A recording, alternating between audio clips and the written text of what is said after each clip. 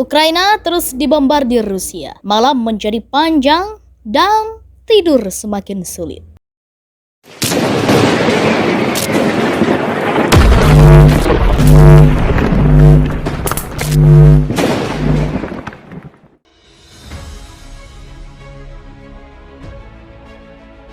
Perang di Ukraina masih terus berlanjut dan belum terlihat akan segera berakhir. Khusus di Mykolaiv, Ukraina, malam pertama selalu menjadi hal yang paling sulit, termasuk untuk memejamkan mata atau tidur di malam hari. Tidur seolah menjadi hal yang hampir mustahil di kota Ukraina, yang telah dibombardir Rusia hampir terus-menerus sejak dimulainya perang pada Februari lalu. Mengapa sulit tidur? Karena pikiran mulai berpacu dengan banyak kekhawatiran, seperti panik mencoba mencari tahu seberapa dekat ledakan terakhir.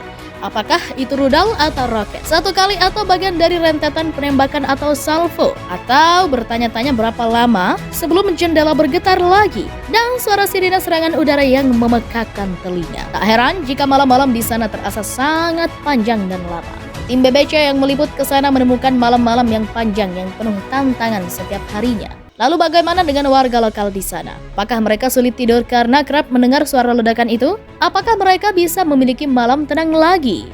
Atau malah mereka sudah terbiasa dengan hal itu? Salah satu warga yang bekerja sebagai manajer hotel mengaku tidak bisa tidur terlalu banyak dan lama. Tidur tidak banyak, kata manajer hotel tempat BBC menginap pada suatu pagi minggu lalu. Dia tampak sangat energik pada Maret lalu, berpacu melewati jendela yang ditutup papan untuk menunjukkan kepada para tamu tempat perlindungan bom darurat di ruang bawah tanah. Tapi sekarang wajahnya menunjukkan kelelahan yang tampaknya melanda sebagian besar wilayah Mykolaiv.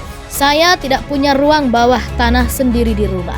Banjir, jadi kami tidak punya tempat untuk bersembunyi. Kami hanya berbaring di sana dalam kegelapan. Tadi malam ledakannya paling dekat beberapa blok jauhnya, katanya. Suara-suara yang tadinya biasa, seperti pintu yang dibanting atau truk yang menggeram, kini terdengar syarat dengan teror. Banyak warga yang secara naluriah tanpa sadar dan secara permanen langsung bereaksi terhadap apapun yang mungkin terdengar seperti rudal atau pesawat terbang. Chasseurs buatan Prancis adalah di antara semakin banyak senjata barat modern yang terlihat di timur Ukraina. Perang di Ukraina akan memasuki fase baru, kata Kepala Intelijen Militer Inggris Sabtu 6 Agustus. Kementerian Pertahanan memperingatkan pasukan Rusia hampir pasti berkumpul di selatan dalam persiapan untuk serangan balasan dari Ukraina. Kementerian Pertahanan dalam cuitannya sebagaimana dilansir Sky News menyebutkan konvoi panjang truk militer, tank, dan artileri yang ditarik bergerak ke barat daya dari wilayah Donbas di Ukraina Timur. Perang Rusia di Ukraina akan memasuki fase baru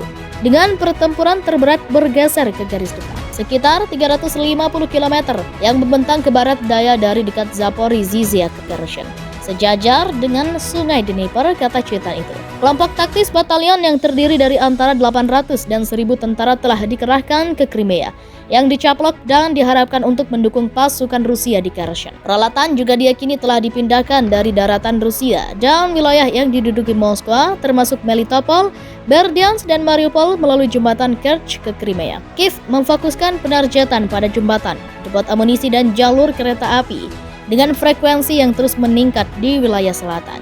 Kunci dari strategi ini adalah jalur kereta api penting yang menghubungkan Kherson ke Crimea dengan kombinasi efek blokir, rusak, tolak, hancurkan, dan ganggu, karena akan dikerahkan dengan harapan menghalangi kemampuan Rusia untuk memasok logistik. Peringatan Kementerian Pertahanan datang beberapa jam setelah Kiev dan Kremlin saling menyalahkan karena menembaki pembangkit listrik tenaga nuklir terbesar Eropa di Zaporizhzhia. Pabrik itu disita oleh pasukan Rusia pada bulan Maret, tetapi terus dijalankan oleh teknisi Ukraina. Sementara itu, kata garis depan selatan Mykolaiv memberlakukan jam malam yang sangat panjang ketika pihak berwenang berusaha menangkap orang-orang yang bekerja sama dengan saingan Rusia, kata gubernur wilayah itu.